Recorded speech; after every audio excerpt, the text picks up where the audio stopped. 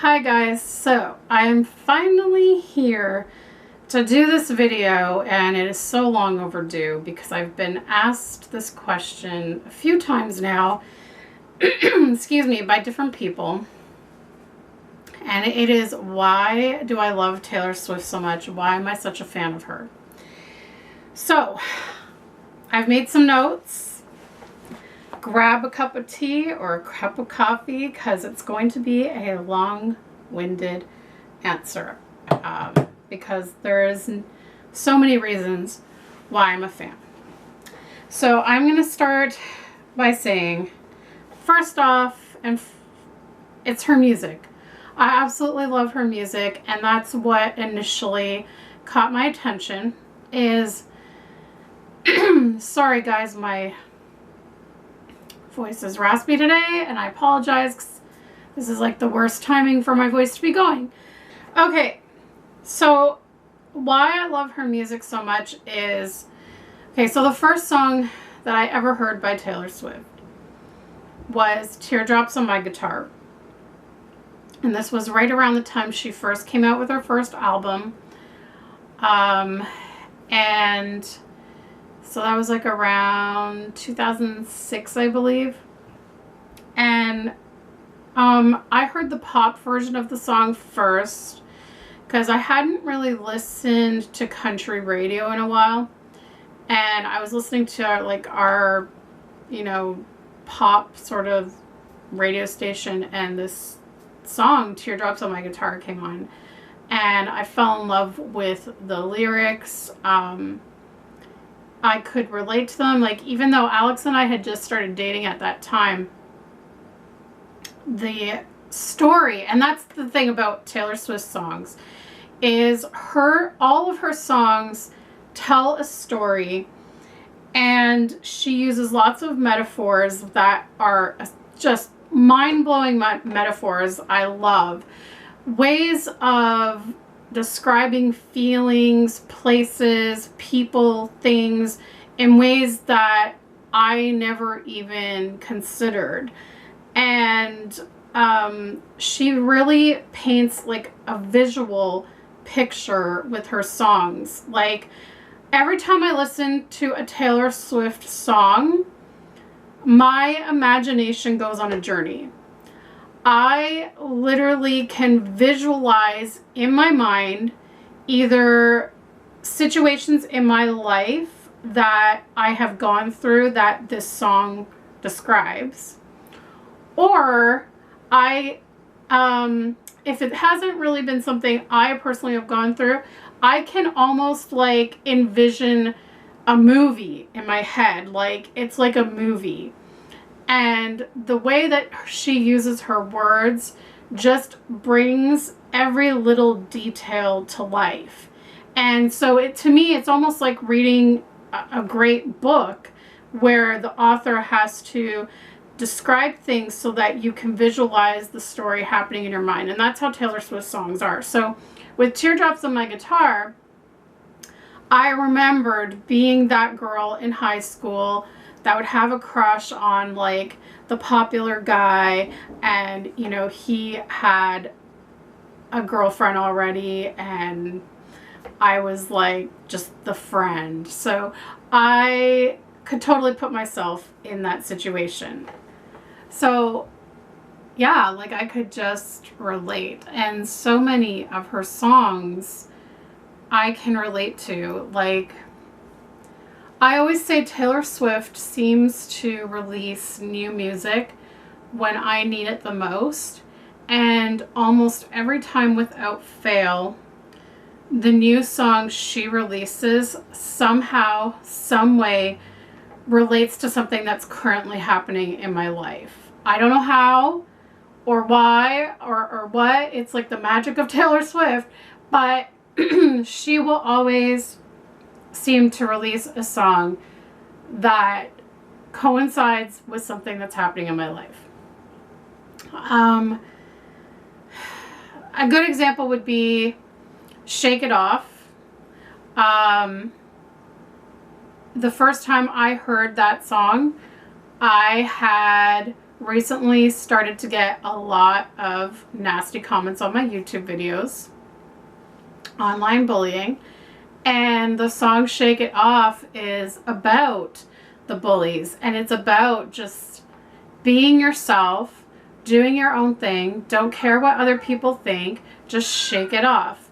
And just any of the comments from the haters, shake it off. So it was the perfect timing. And the same thing happened with the Reputation album. It was slightly early, but when she released the song Look What You Made Me Do, at first it didn't relate to anything that was happening in my life at that moment. But I kid you not, about 2 or 3 weeks after it came out, all of a sudden I was hit in a situation where I was betrayed by a friend, and all of a sudden the lyrics to Look What You Made Me Do related to my life. I related hard to those lyrics, and I sang that song every single day. Then the whole freaking Rep album came out, and oh my gosh, there was so many other songs on that album that related to things going on in my life at that time. And honest to God, that year that Rep came out, I don't even know how I would have got through that year without that album. Like, that album became the soundtrack of my life for the year between 2017 and 2018. I listened to that album every single day. When I was feeling sad or beat down or depressed, I put that record on, and next thing I know, I was jamming out, I was dancing. That record, that album, and then of course Rep Tour was like the time when I really got into the online fandom, and I met other Swifties online, which was amazing. And every single night during Rep Tour, we all waited up because, you know, time zone differences. We would all wait up late to wait for a fan to post the video of what surprise song she was going to do that night at the show. And it was so much fun reacting together online. We were all excited. And it was a fantastic year, because like Reputation, I don't know, for me, like, I love the 1989 album because it has great music on it. It has a lot of songs I relate to as well. And it was my first time seeing Taylor Swift live in concert, was the 89 tour. So it always holds a special place in my heart, but there was something even more special about Rep. So yeah, it's just her music. She writes her own music. Sometimes she will collaborate with other writers. Sometimes she writes the entire song herself. Her musical process, if you go and watch the documentary Miss Americana, you get to see her in the studio working on a song with someone, and her ideas just, I mean, sometimes she'll write a song in like 10 to 15 minutes. She has had bits of songs come to her in her dreams, and then like she'll wake up in the middle of the night at like 2, 3 in the morning and immediately have to go to her piano and start playing it and start working on that song. Like, it's amazing how her mind works. And I remember one song in particular, Never Grow Up, is a favorite of mine. And I believe the record that song was on came out around the time that we moved in here. And I will never forget listening to that song shortly after moving into this apartment and bawling my eyes out, because it's about growing up, leaving home, leaving your parents or parents. For me, it was leaving my mom, and the song just made me cry, because the lyrics enveloped everything that I was feeling in the moment. So I describe her songs as visual, magical relatable. Okay, moving along. So the next thing that I love about her is her personality. So after I bought her first album, I don't know if I saw too many interviews with her on TV at that time because I don't know if we had cable yet. I don't know. It was so long ago. It's like 2006 and my memory's awful. But I'm not sure when I started to actually see her on TV in interviews. It may have been during her second album more so than her first, but I'm not 100% sure on that. But anyways, once I started seeing her appearing on TV in interviews and started to like get a sense of her personality, and especially when I watched the documentary Journey to Fearless, which was about her Fearless tour, I was astounded. You know what? It wouldn't be a Taylor Swift video without my cat meowing like a nutcase in the background. Because Taylor loves cats, which is another reason why I love her. She loves cats. But anyway, we'll get into that later. So it's her personality. I love her dry humor. A lot of people out there don't seem to get her humor unless you're like a hardcore Swiftie. I think a lot of people that hate on Taylor seem to think that she's either fake, conceited, or rude, but I get her humor. I get her humor. She is nerdy. She's goofy. She has very dry humor. She has very sarcastic humor, which I love. Sarcastic humor. I love it. I get it. Like, I can understand how some people would see it come across one way when she's talking in an interview, but I see a lot of myself in her. So when I watch her talking in interviews, I get her. And I'm like, oh yeah, like she's totally joking right now. She is not serious at all. But some people may take it seriously. So I think that's where sometimes she gets hate, because a lot of people probably don't get her humor. I do. I love her humor. It's one of her best things. Like, she is nerdy and goofy, and so am I.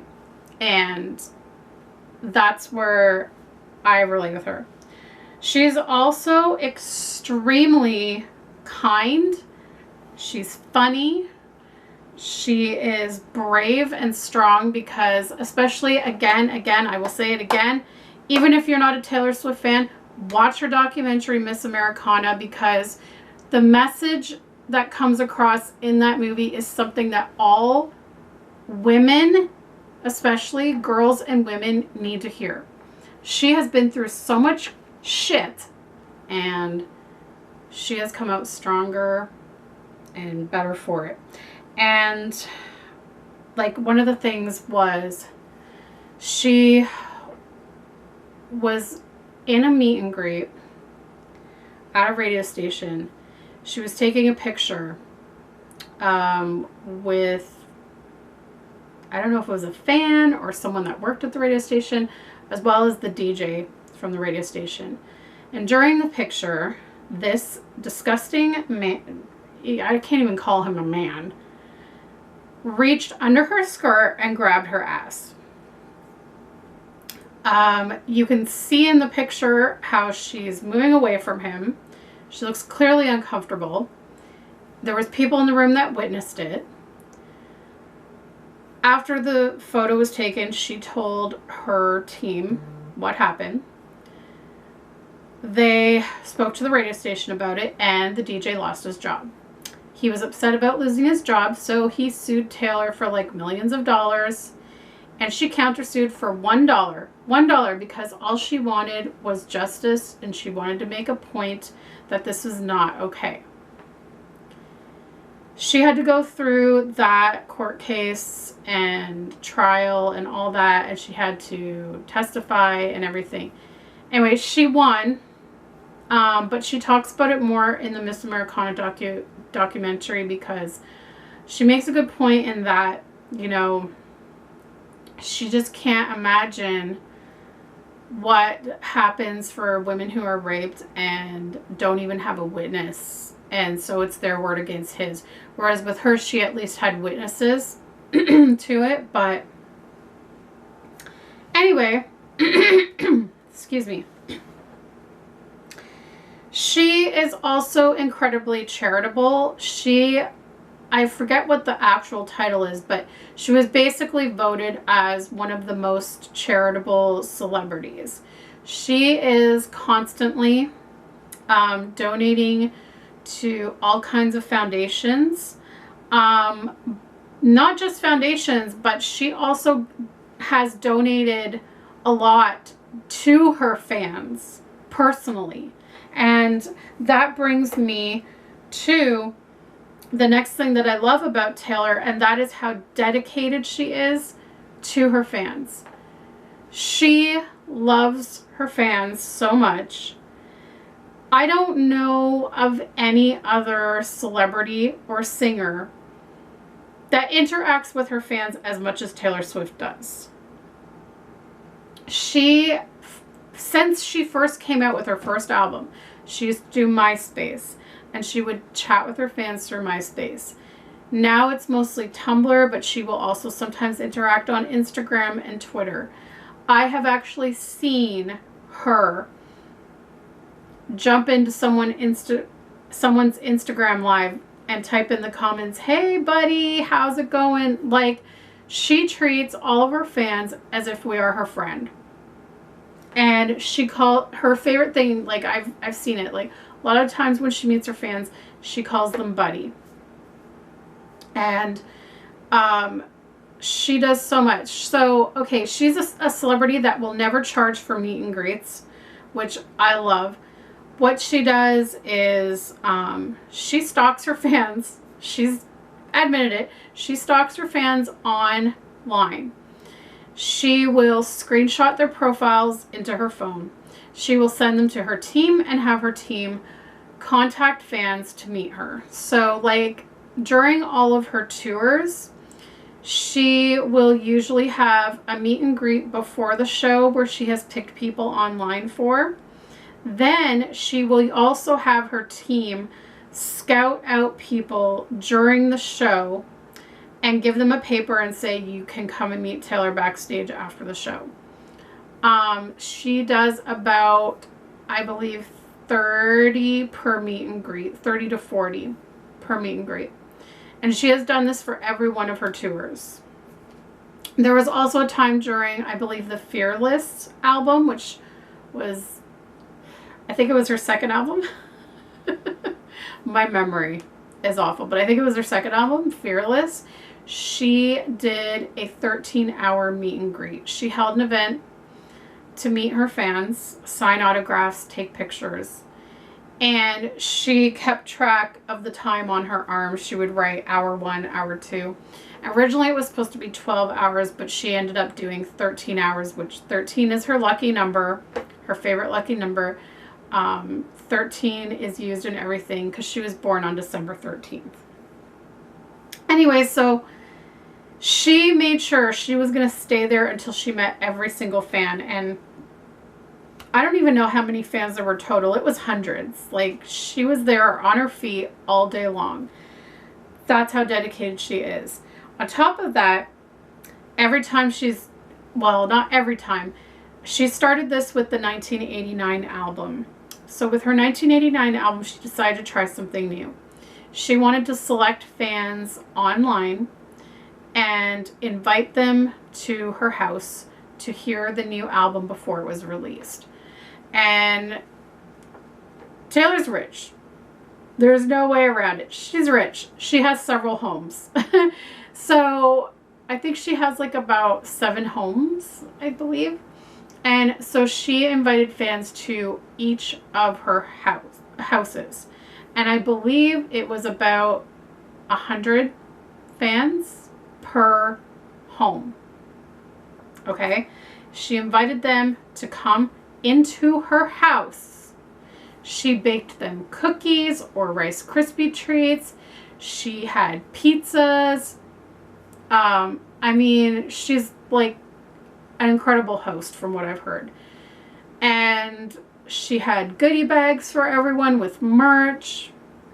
And everyone got to hear the album first. And they got to hear the stories behind the songs. And they were sworn to secrecy.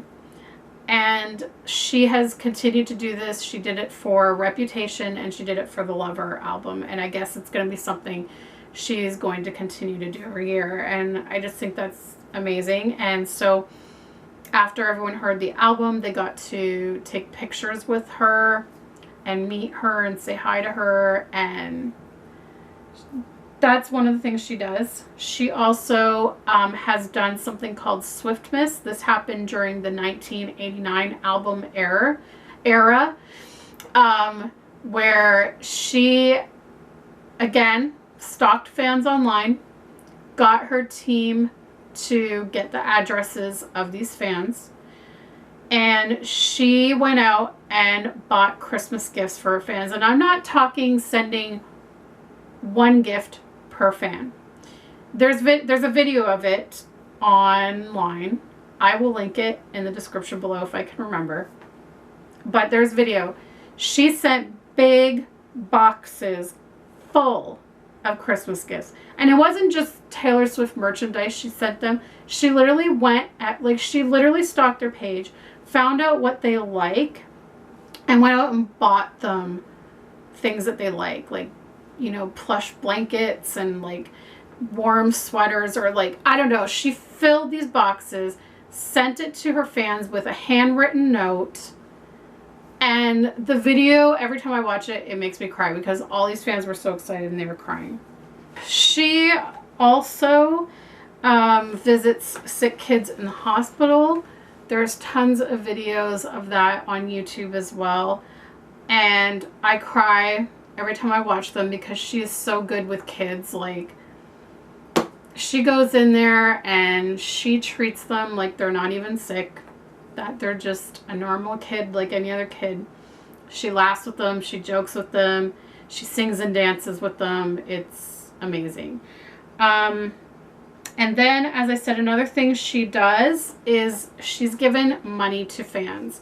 And I am going to read to you some stories that I've read online about people who have met her or have, I don't know if there's any stories about gifts in here, but she has helped a lot of fans. It might be in here. If it's not, I'll talk about it after. So anyways, because someone had asked, those who have actually met Taylor Swift, I need to know if she is really as amazing as Netflix is portraying her to be. Yes, a million times yes. My husband is in radio, so we have been able to spend one-on-one time with her when I was 8 months pregnant with my first kid. After I had him, she sent me a baby gift and a handwritten letter. My ex's sister was at a diner in the burbs of Houston before her concert. Taylor pulled in and sat down at their table. She now hits them up sometimes when she's in town. My boyfriend worked at the stadium during her 89 tour. He was stocking her dressing room, and the rules for any guest is don't speak unless spoken to. She talked to him first, thanking him for bringing her water, and just started asking about Toronto, and he said he can see why so many people love her. She was so nice, and the way she treats her staff and everyone on the tour like they are best friends. A coworker sister confirmed it as she was on the Reputation North American tour. Someone else, she was best. I was one of the cheerleaders in the Shake It Off music video. I was blown away at how genuine she is. During rehearsals, she went up to every single person and shook our hands. introduced herself. She consistently thanked us for helping her. We had to teach her how to be thrown in the air, and told us how much she respected us and how good we were. I stood right next to her in the dancing portion. She talked to me like we were equals. She then sent every single one of us a huge care package of goodies when the video came out. I used to work on sets in the art department, and back in 2013, I was working on a lip balm commercial that was going to air in Japan with Taylor in it. My job was basically to hand her props throughout the day and make sure continuity on the shoot was accurate. There was a lengthy NDA process, which is non-disclosure agreement, but I basically had to stand next to her all day. Since the only people near her most of the day was her manager and me, we talked a lot, and she was super kind all day. We talked about traveling, and she gave me some great advice for places to check out. We talked about music and New York, and she looks you in the eyes when she talks to you, which can be so intimidating. Like, I've heard that she always does that. I got to hold her guitar for a lot of the day, which was pretty cool. At the end of the shoot, she thanked every single person on set individually, gave me a big hug. The prop master on the shoot gave me one of the lip balms that she used on the shoot, which still has her lipstick on it. Ha ha ha, it still sits on my shelf to this day. I didn't actually get to speak to her, but what I'm about to tell you all speaks volumes about her character and how much she cares about her fans. I went to her Speak Now tour like a million years ago, and after the concert, my friends and I waited by the parking garage in the cold-ass rain, hoping that we might see her car at least. Anyways, we were waiting with maybe 5 other people for what felt like forever. We were wet and gross, and out of nowhere, the garage opened and police escorts started coming out, and we all started screaming, and a black SUV with extremely tinted windows pulled out and stopped right in front of us. The window rolled down, and it was Taylor Swift. And she took the time to tell us all hello and that she loved us, and then drove off. No other artist would take the time to do that shit. And that is part of the reason I've been a fan of hers for over a decade. Several friends of mine met Taylor, and they are also positive about how sweet she is. She also is a really good listener, takes you serious, and she really is open to talk about the most random things. I didn't meet her myself, but during the rep tour in London, I was at the barricade where she walks through the crowd. She grabbed my hand, looked at me, got a big smile, and said, "You look so gorgeous." I get called names, or people just look weird at me a lot because of my looks, and also in that period, things weren't at its best for me. So the person who really helps me through hard times saying that gave me such a boost, and the fact that she used those few seconds to say it shows how generous she is. Me and my sister used to be obsessed with her, and my sister made her a whole scrapbook and gave it to her the first time we met her. 2 years later, when we met her again, she remembered us and said that she still has the scrapbook and looks at it all the time. Okay, so here's some of the things she has done for fans. She bought a house for a fan who was going through the roughest time. She gave a fan $1,989 to pay off her student loans. Visited a fan in the hospital, then proceeded to hold a private concert for 2,000 foster families that night for free. This was, I believe, 2 nights before Rep Tour opened. Surprised a fan at her bridal shower. Held a 14-hour meet and greet. Okay, sorry, 14, not 13. 14-hour meet and greet without stopping to rest at all. And it was supposed to be 13 hours long, but she wanted to meet everyone who was still waiting in line. Spent Valentine's Day baking cookies with a fan in her home. Tracked down a fan who waited in the cold for 20 hours. Asked fans to star in her Shake It Off music video. Invited fans to her home to listen to 1989 Rep and Lover a month early. Sent out individually wrapped Swiftmas packages to dozens of fans with personalized letters, and she gained $0. Why I love Taylor Swift. At the UK Secret Sessions, so Secret Sessions is the thing where the fans go to her house to listen to the album early. There was a trampoline which all my friends asked Taylor if we could go on, and she said yes. As we got on it, I saw if it, or as we got on, I saw if anyone else got on, it would break, so I stayed off. Seeing that I was alone and not with my friends, whether Taylor intended to do this or even realized she did this or not, I have no idea. But she came and stood next to me and we started talking. Nothing in the whole world could explain how I felt in that moment. For years, I've been the one left out of stuff at school. I've been bullied, I've been alone, and all I've wanted in those cases is for someone to step back and stay with me, and that's what Taylor did. She made me feel valid and special.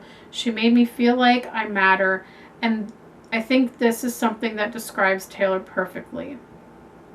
And then this is, so this, since the pandemic has been happening, and people have been losing their jobs and stuff, Taylor has been finding fans on Twitter, Tumblr, Instagram, who have posted about them struggling financially during this time. She found those fans and she has been sending each of those fans $3,000 to each fan.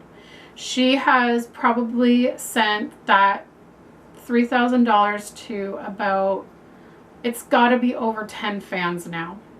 On top of that, she recently sent a fan a huge package of gifts for her birthday with a handwritten note. She always does the handwritten note. And then just the other day, there was this young teenager, I believe, or young girl, looks to be somewhere between like 12 and 14 years old maybe, who's been writing letters to postal workers during the pandemic to kind of lift their spirits. Taylor heard about her doing this, really liked what she was doing, and sent her a package of merch, Taylor Swift merch. On top of that, she wrote her a really beautiful note. A lot of it they decided to keep private, but the mom did mention like a few things in it. And Taylor joked in it as well. She wrote like a joke or something. And basically, she sent stationery for the girl to write more letters. And she wanted to order her a wax sealing kit because Taylor loves using wax seals on her letters. But because of the pandemic, she couldn't order one in time, so she actually gave her own personal wax sealing kit to this girl. Like the one that she uses all the time. Her waxes and the seal thing, the gold stamp thing, I don't know what you call it, that had like the number 13 on it and says like Taylor Swift. Like she gave that to her fan. These are just small examples. There was also, I heard a story about a girl that met her in a meet and greet. The girl was pregnant at the time and Taylor had congratulated her. The girl proceeded to tell Taylor that there was some complications happening in the pregnancy and they thought that they might end up losing the baby. Taylor went out and found like the best OBGYN doctor and sent this girl to the doctor and helped her have a successful pregnancy, and everything worked out. That whole thing about buying the fan a house, like she met a fan who was like homeless and got her a home. Like this is what she does, and she does all of these things on her own. And the only way that you find out about them is because fans, you know, post about the story. But I'm sure there's been a lot of things that she's done that fans haven't shared. But this is just a handful of like the many, many charitable things that Taylor Swift does. She is like the kindest person. The next thing that I love about her is her creativity, which, you know, that ties in with her music, but beyond the music. Like, her music videos are like a musical production or a movie, which just, you know, it goes hand in hand with the lyrical content. She plants a lot of Easter eggs in the music videos, and clues for us to like try to decipher and figure out what they mean. And like a lot of times they're hints to like upcoming songs or albums or whatever. So she puts a lot of like little clues and things. She also will sometimes like throw in like nods to like previous songs or albums. She does countdown. She likes doing countdowns to things. So like anytime she's releasing like a new song or a music video or an album, like it's an event and it's fun. So that's the other thing that I like. As I said, she loves cats. I love cats.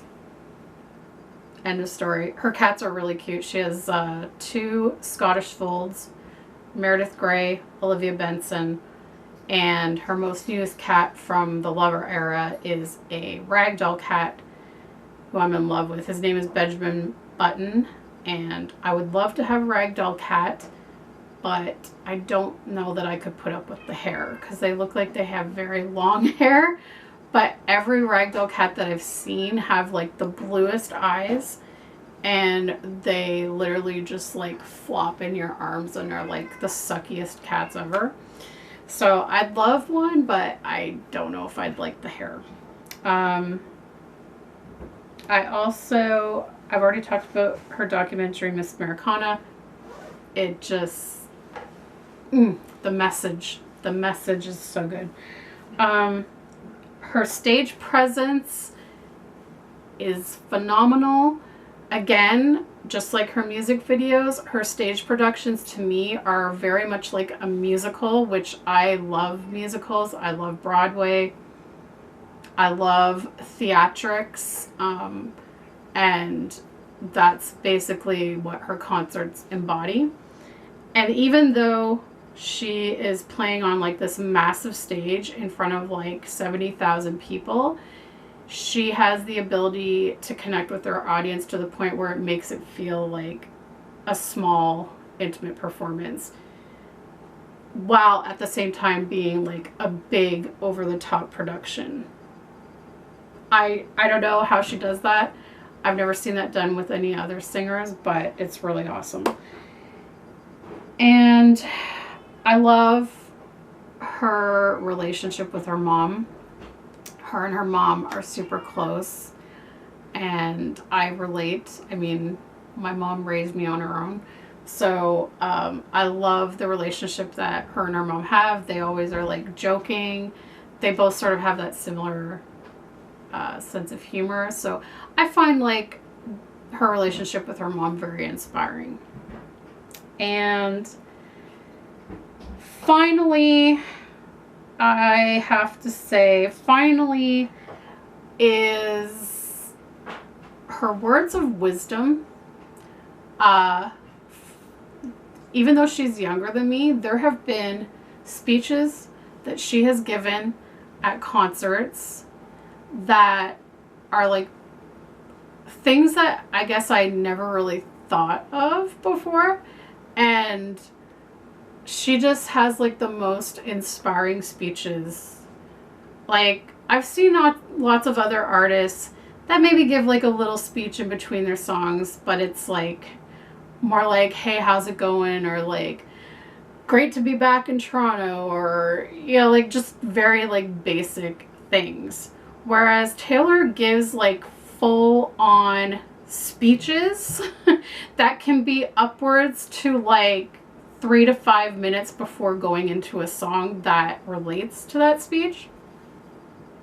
And I love that. I'm inspired by her speeches. Like, things that she talks about in her speeches are a lot of things that women like deal with, you know, body image issues, or like bullying, or, you know, just, it's like things that a lot of women deal with.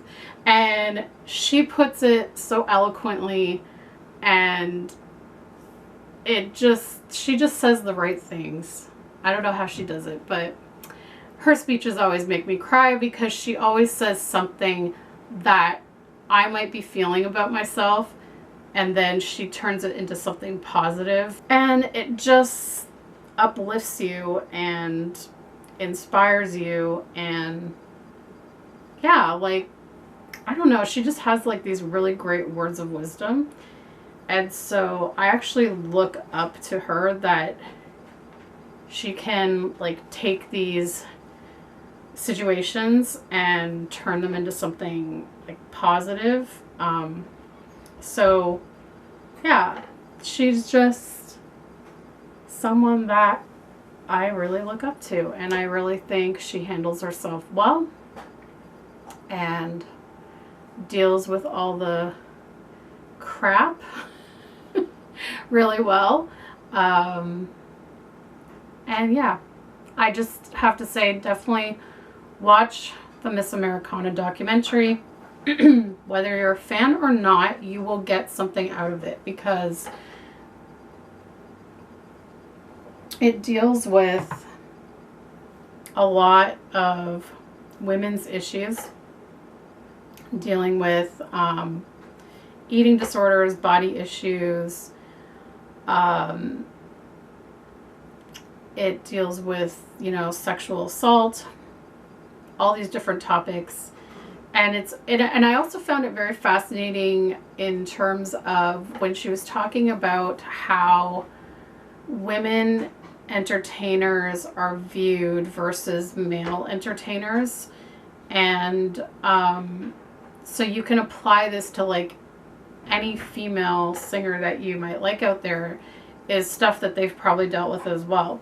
Because she mentioned that, you know, male artists, they can just wear the same stuff each time they do a new album. They can do the same stuff each time. Whereas a female artist is expected to reinvent herself with every record cycle. And like, you have to, you know, do something bigger and better and all this stuff. Whereas like a male entertainer, it's like, he can just go on in like a jeans and a t-shirt and like no one gives a crap. So I found that really fascinating. It's just a really good look into what it's like to be a female in the entertainment business in general. So yeah. So anyways, I think I've covered everything as to why I am a Taylor Swift fan, or as we like to call it, Swiftie. My necklace says Swiftie.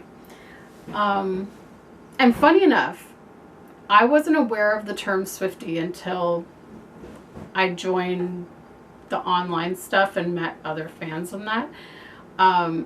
I've been a fan since her first album, but I would say I've been a Swiftie since the 89 era, because like once I saw her live, that's where like it got to a whole new level, because I had like a whole new respect for her art, seeing her live.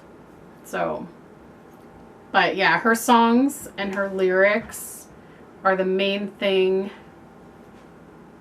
because they're just relatable, very relatable. And she sings about a lot of real life stuff. And I mean, she's written songs. She wrote a song called Ronin. If you've never heard it, go look it up on YouTube.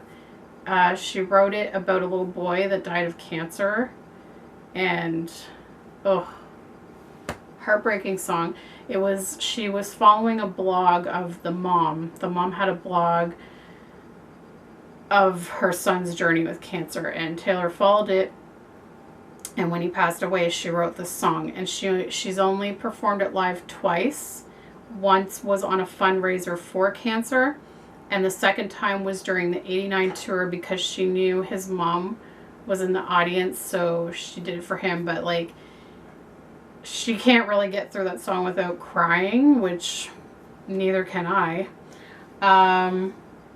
And I will say, the best Taylor Swift songs are songs that she never releases as singles.